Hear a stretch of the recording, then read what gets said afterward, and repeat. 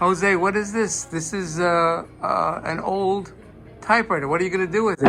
Okay, this is a old typewriter. Belong to this lady. She's a writer, and she have it for long, long time, and she want to keep it. And then what we're gonna do? We're gonna get a vase.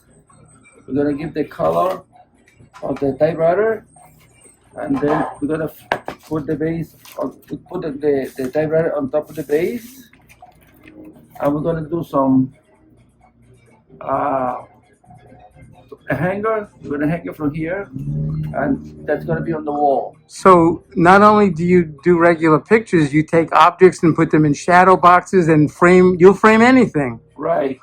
All right, that's interesting. Thank you.